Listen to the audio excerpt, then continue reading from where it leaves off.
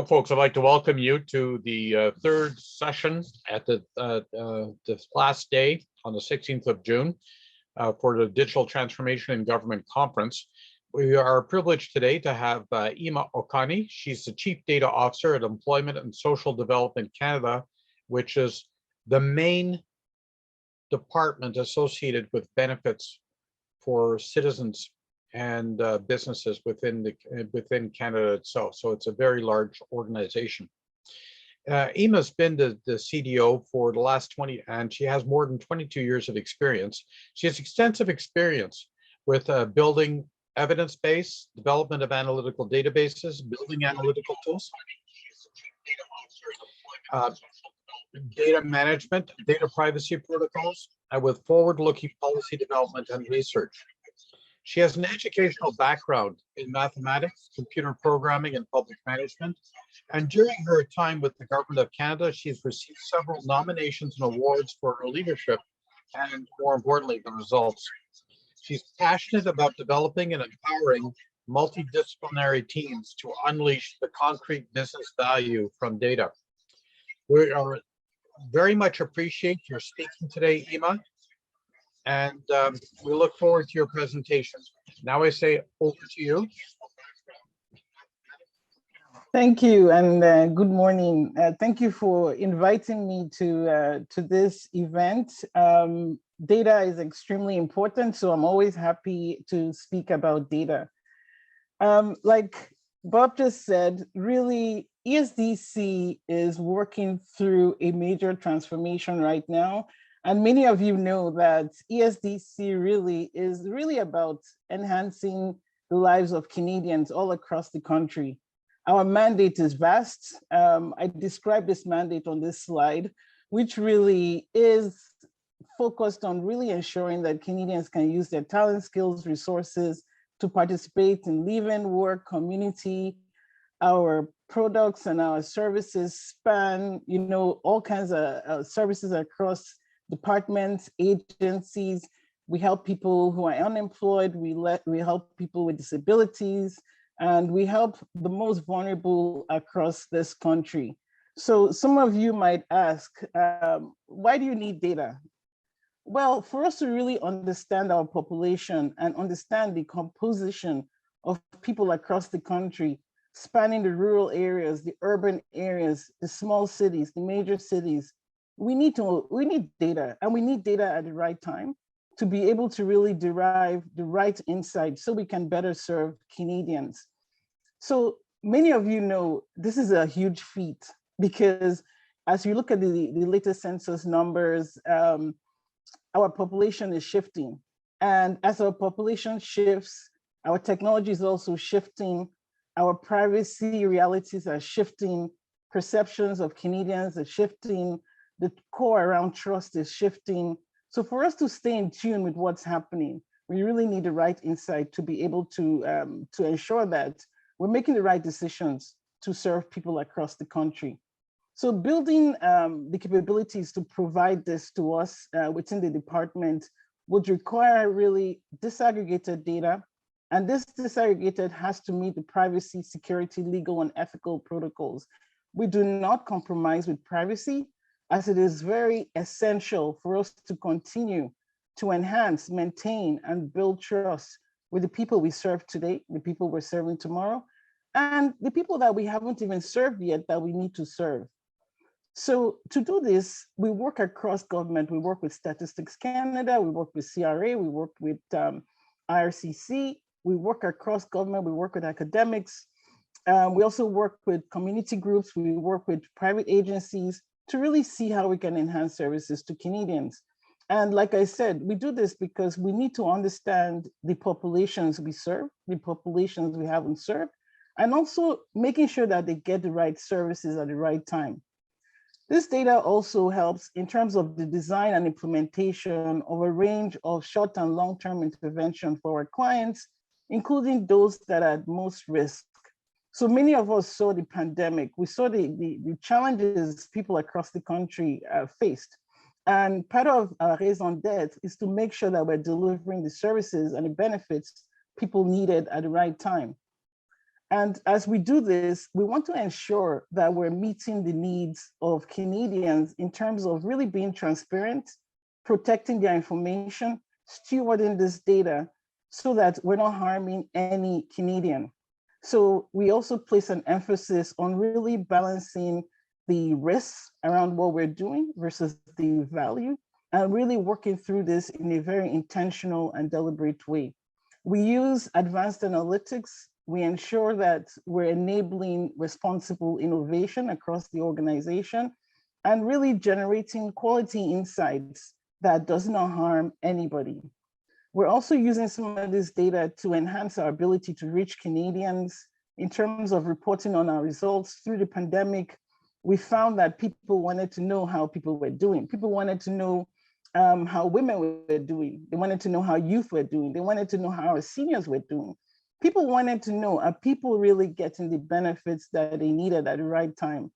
So we use a lot of this data to produce reports, to tell our story about our programs, and to really see how we can enhance and fill the gaps around needs across the country.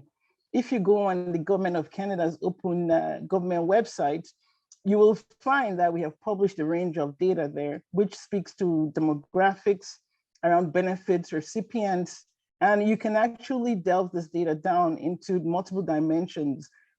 You can look at the data by province, and you can see the different age groups that receive benefits through the pandemic. The other thing that we're also focused on is really ensuring that we're using the evidence base to drive for benefit take-up. And what do I mean by this? Well, like I said, we have people who live in rural areas, urban areas, in reserves. And a lot of the work we do is really to understand the data, the location, so that we can better enhance how we reach and serve the people that most need it. And for us to do this, we require data. So in this slide, I really talk about the how and where we are with our data strategy. As many people across government know, we're facing a lot of complexities and changes in terms of how we're looking at digital transformation, digitization, and how we're thinking about technology going forward as we look at really transforming and improving how we serve Canadians.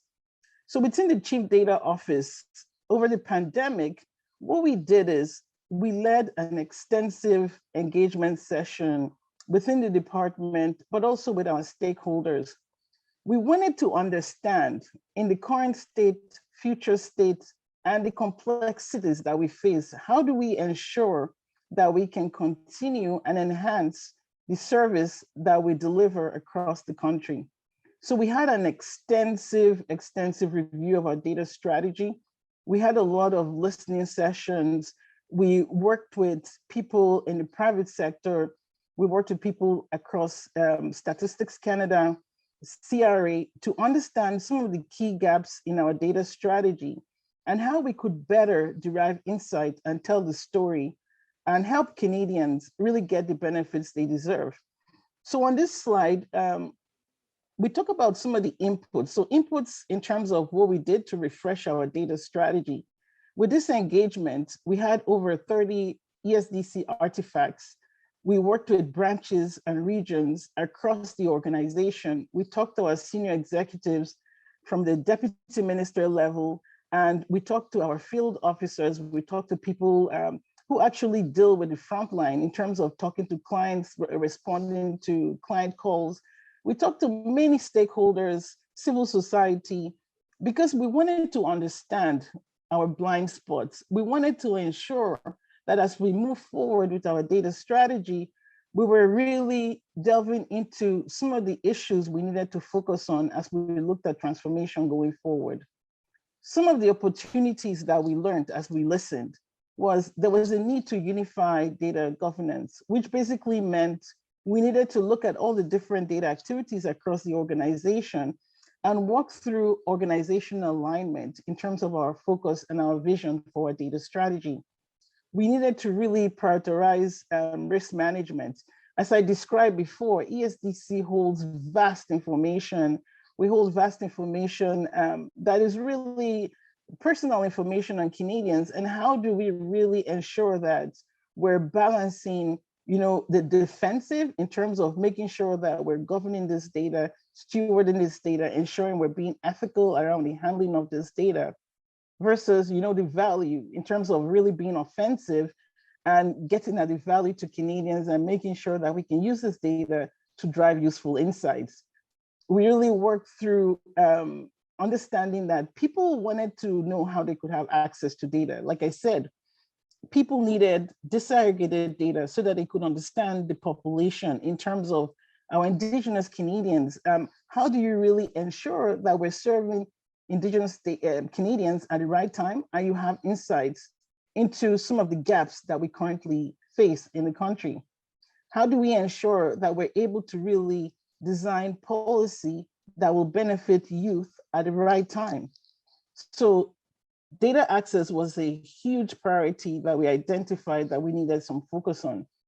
We also focused on the need to upskill. So in terms of upskill, data literacy, how do we ensure that we have the right capabilities in terms of using data, in terms of deriving insight from data, in terms of understanding that we're really using data of people, and we need to ensure that we're client-centric in everything we do and put the interest of people at heart in terms of our data strategy.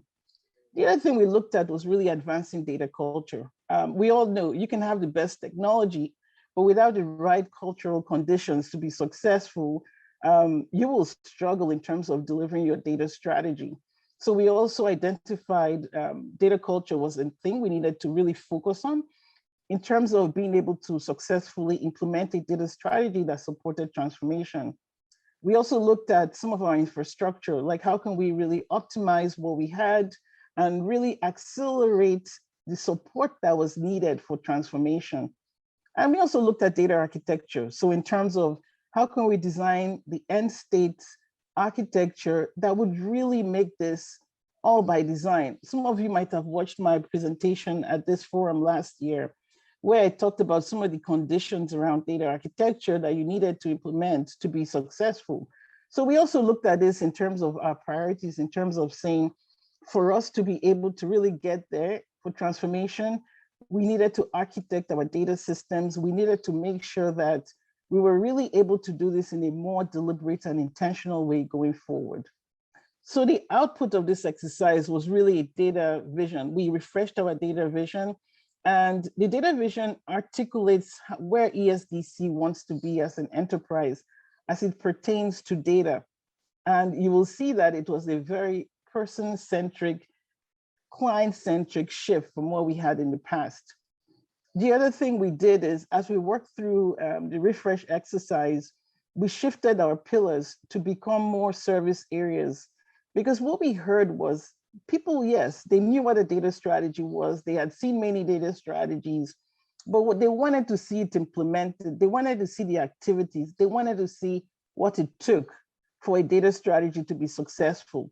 So with all this input we got and the insights we derived out of the inputs, we created a refreshed data strategy. And in this next page that I go to, which we call ESDC's Data Strategy in Action, we really designed a framework contextualized to ESDC's reality. So at the top of this page, you will find our vision, which is that ESDC will strive toward better service and outcomes for all Canadians by empowering departmental employees to treat data as a shared, protected enterprise asset grounded in a culture of data stewardship and collaboration. So what we've really focused on is building 4 pillars for our data strategy, which is the foundational data infrastructure, data governance and trust, data culture and literacy, and data innovation. In terms of our data foundational infrastructure, a lot of the work we're doing in this stream is to really ensure that we build the architecture of the future to support transformation. We work very closely with our data authority on the transformation end, and we really work towards aligning our resources to make sure we're able to support and enable the work that needs to be done. In terms of data governance and trust, We're looking at a lot of our stewardship of data. We're trying to build a network across the organization to ensure that as the experts across the organization really use data to drive the insights they need to really get the job done, we're connected and we're all rowing towards the same direction. We're also building an accountability framework. And what that really means is ensuring that people know what they're accountable for in terms of the data work. So for example, you will find somebody in the front line who speaks to clients and enters some of this key information about clients into the system. They need to understand some of the accountabilities that they're absorbing around data. And also at the most senior levels of the organization, as somebody is looking at dashboards and trying to really make some of these decisions that are really coming at us quickly, what exactly is the accountability in terms of ensuring that the insight they're getting out of that data to derive and make decisions that impact Canadians is sound. So a lot of the work we're doing is really looking at how we can align within the organization and create those conditions that really enable us to be better stewards of data of Canadians. You will find on this grid, the data culture and literacy. We have really doubled down on our data literacy program. We've actually established and implemented a data literacy program in conjunction with our human resources branch. We work very closely with them, in partnership with them, because we know that they're the experts when it comes to really building the human resources capacity. So we've really worked with people in the private sector to really shape some of our data strategy. We've worked with Statistics Canada, we've worked with the Canada School of Public Service, and a lot of that is really to prepare us for today and the future. As we become more digital and we use more data, we really need to ensure that we're handling and using this data in the right way at the right time. And when it pertains to data innovation, this is a lot of work we're doing in really optimizing our business operations using data. So we're looking at things like how we can use natural language processing to really advance some of the way we look at really mining text information that is submitted to us from clients. We're looking at things like OCR to see how we can use all kinds of advanced analytics tools to really enhance how we serve Canadians. We're looking at things like visualization strategies. How can we become more consistent in how we're presenting information in dashboards? Can we really enhance how we look at dynamic dashboarding to ensure that when we're presenting information, people understand that and it actually tells a story?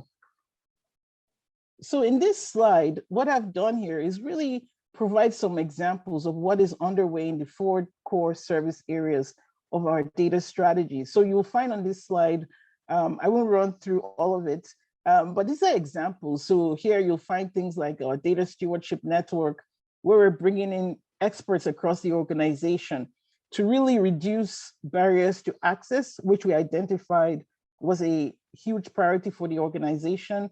We're working with Statistics Canada on a joint data strategy.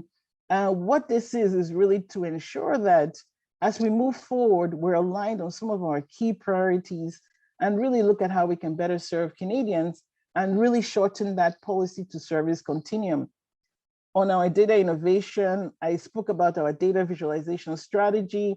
And the other thing that is really interesting that we're doing is looking at the ethics around data, around artificial intelligence applications, and how we can really ensure that as we apply innovative methods, we're not harming anybody.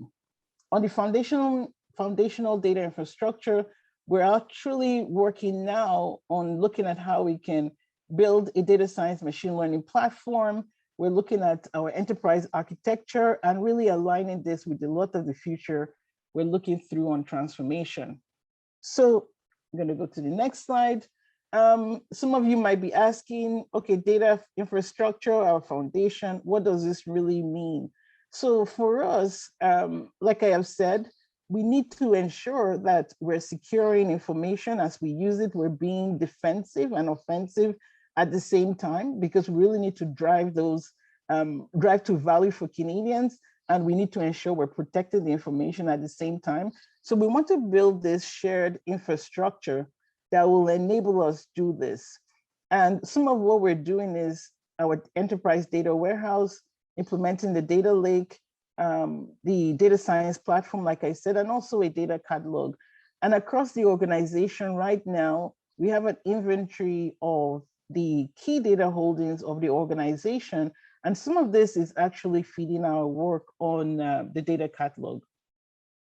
So I spoke of governance and trust. And on this slide, I kind of choose some examples here that just speak to some of the complexity and the thinking behind the scenes that's going on. As we look at building trust, we work very closely with Statistics Canada and really look at how we can use more innovative methods in terms of ensuring that we're able to use the data for value, while at the same time ensuring that we're applying more innovative technologies in terms of ensuring that we're not breaching any information or we're not releasing information that could be harmful to Canadians. In terms of building trust, we have a lot of communication products. We engage across government, we engage with civil society, and we're really working to enhance transparency through open data, public disclosure. So if you go on the Open Government portal, you will definitely find ESDC's presence there. On the right of this slide, I just talk about some of the interplay that we're facing and thinking through in terms of really how we can continue to deliver results using innovation, for example, using AI, while at the same time balancing that risk I spoke about in terms of privacy, safety to Canadians, and also ensuring that we're ethical in what we're doing. So the bubbles across this diagram, you'll see talks about things like necessity and proportionality, data confidentiality, anonymization, which is a method we use in terms of really being able to share data, encryption, some of the work we do with our IT colleagues on the technology side. We work also in terms of understanding the cybersecurity environment, things like sensitivity. We analyze our data for sensitivity before this data is shared to the public. Things like legal. So when we look at AI, for example, and building models, we have our legal colleagues talking with us to make sure that everything we do is compliant with the law. We have very close relations with our privacy colleagues to make sure that as we're building these products, as we're designing models, as we're using data, we're also keeping the privacy protocols at the core of everything we do. So as we look at transformation, what we're thinking is we need to really ensure that governance, trust, privacy is embedded and really produced by design in terms of anything we do with transformation. So our data strategy really speaks to governance and trust in action, as opposed to a checkbox. We're saying these are the things we need to think through. The bubbles across the diagram on the right are the issues we need to think through in everything we do. And as we move forward, be it digitization, be it transformation, we need to keep this at the core. So in my next slide, I spoke about data culture and literacy earlier. And right now, as I said, ESDC's data literacy program is in implementation. And on the box on the left, the house diagram, those are some of the key pillars that we're really looking at. So in terms of a data competency framework, we've created data personas, we've created learning parts, a plan, actually an action plan, a way to measure some of the results of what we're doing, and ongoing communications and engagement across the organization. And like I said, none of this work can be done by the CDO alone. It's not a CDO thing. We've brought in partners across the organization. We have support at the most senior levels of the organization, close partnerships with our program colleagues, partnerships with our human resources colleagues to implement our data literacy program. And one of the things that we've learned through implementing this is you need the connection across the organization with your business colleagues, with your policy colleagues, with your technical colleagues. Everybody has to be aligned in the same direction. So through our data literacy program, we're also working in conjunction with our data strategy and stewardship network in terms of really bringing this together, in terms of saying data experts need to, on an ongoing basis, be connected to some of the implementation that's happening on the data strategy. And the outcome of all of this is really to build trust within the organization in terms of how data is being used and how we're using data to make decisions for Canadians. So our focus is really on bringing everybody together, orchestrating data in terms of really driving it to be defensive and offensive simultaneously, with the end goal towards creating value and results for Canadians. Innovation. So I spoke about innovation previously in terms of responsible use of artificial intelligence. And in terms of ESDC, we've learned a lot. We learned a lot over the pandemic because we were able to put some models into production. And you will actually find this transparently on the Open Government portal, where we really work through using natural language processing to really optimize how we could look at things like records of employment that were issued by employers. And this really accelerated some of our processing times around record of employment and digging through some of the text that was received by the department. So we did this in a way that was quite intentional. We ensured that we worked very closely with our business colleagues.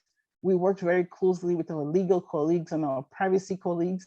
And the outcome was we got to a really successful product. But the one thing I would say and emphasize, because I'm speaking mostly to a data audience, is that we really need to ensure that we're bringing everybody together as we build these tools. And that is the only way you really ensure that you're being responsible in terms of how you're thinking through the legal considerations, privacy considerations, security considerations, and really the client outcome considerations. By sitting with our business colleagues, we were able to understand some of the nuances around the program and ensure that as we were automating and really looking at mining and getting more insight from the data to support enhancing efficiencies, we were doing this in a way that was real to the programs. So the key lesson we learned out of this, responsible AI is not a checkbox exercise. It's an exercise where you need to really work with people and you need to ensure that you're bringing in the different perspectives, you're bringing in diversity as you're really working through your use cases, and you're ensuring that you have the right people having the conversations and making the decisions around how you innovate and use AI. So some of you might be wondering, okay, Ima, you've spoken about a lot of things. So how does this all fit together? So this diagram basically tells you how everything fits together from the left to the right. As I said, we're looking at the onboarding of the data, acquisition, capture, collection, how we move the data through the organization, how we analyze it, how we visualize it, how we use it, all towards the goal of really improving outcomes for Canadians while really maintaining the privacy, security, and the ethical considerations at the same time. So I'll leave this diagram up and as we close, but I'll jump to this slide, which talks about the next steps. So next steps will continue to really promote evidence-based decision-making and responsible and ethical management and use of data and analytics.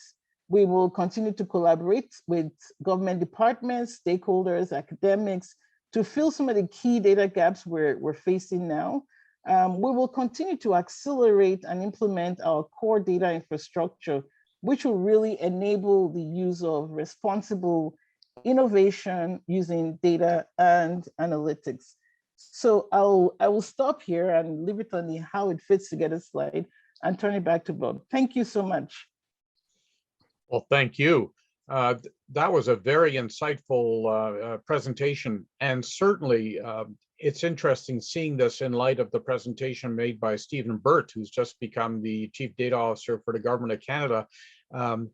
There's certainly no lack of information that can be reused because it's not just specific to ESDC, the Employment and Social Development Canada. Anyways, I'll open the floor to questions. And what happens is, sorry, I just, all of a sudden the questions start popping up here. Okay. So what I'm going to do is we're going to take a look at when you're working with other government departments and agencies, and this was an issue that was raised with respect to privacy. How do you overcome the legal and privacy issues when you start joining your data sets together? And, so go ahead. Should I go? Okay. No, I often get that question. And what I've learned over the years, I mean, I've been in this data space for the last 20 years. And what I've learned is there are opportunities. There are opportunities to shift the legislation. We focus a lot on current state. Current state legislation is siloed based on programs, makes it difficult. However, there are opportunities. I'll give you a classic example. Over the pandemic, ESDC had to really issue benefits across the country. And some of we needed to share some of this data with our provincial colleagues. We needed to share this data with Statistics Canada to enable us run some analysis to see who really got these benefits and did we really meet the needs of Canadians. So there were opportunities to actually change some of the legislation, and we did. We had to change some of the legislation to enable us share this data with the provinces. So the key, but I don't know if you really understood some of the emphasis I was placing as I presented. Us in the data space, we really need to connect closely with our policy and program colleagues so that we can understand some of these key opportunities to also shift the legislation as policy is being made.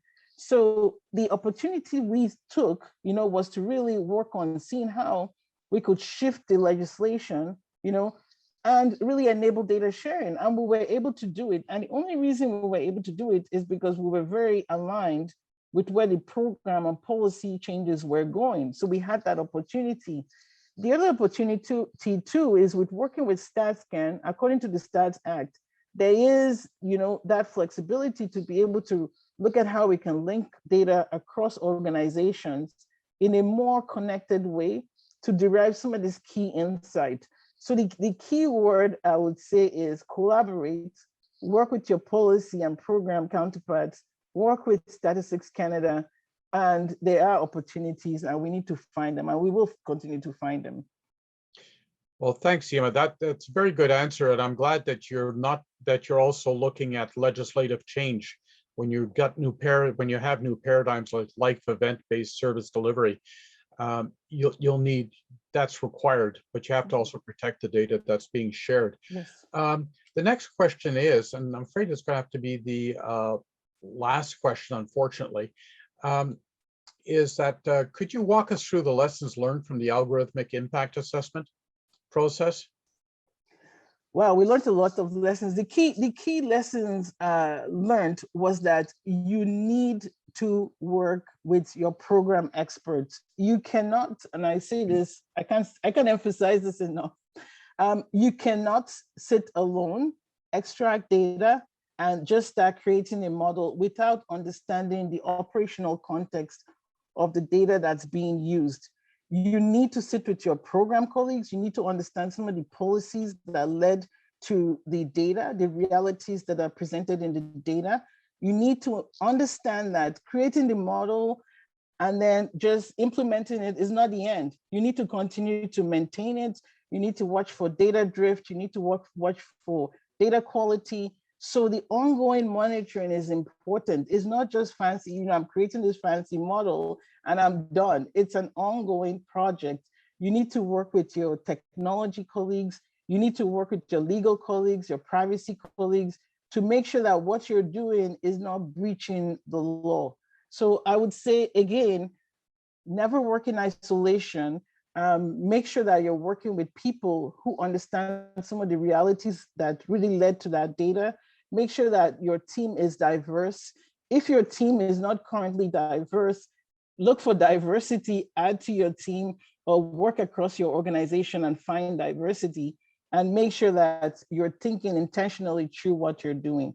I mean, I can speak more, but I know we don't have much time. So feel free to reach out to me and I'll connect you with the leads that really worked on this and really willing to share across government. Well, thank you very much for your presentation. It was greatly appreciated. And I know you've outlined what you want to do, some of the risks that many of the risks that are at issue, and some of the lessons learned, which is very important as well. Well, with this, I'm going to say thank you very much. And we're going to switch over to the next presentation in a moment. And that's going to be by Eric Sweden. He's going to give you a perspective from the U.S. National Association of State CIOs, where they've done surveys with all the states, all the 50 state CIOs, to come up with some interesting findings with respect to driving digital acceleration within their jurisdictions. So thank you very much, Ima. Okay, hope to see you again next year and see an update. I'm delighted with the way that this has evolved, over even the last 12 months. It's really moved forward. So Thank you.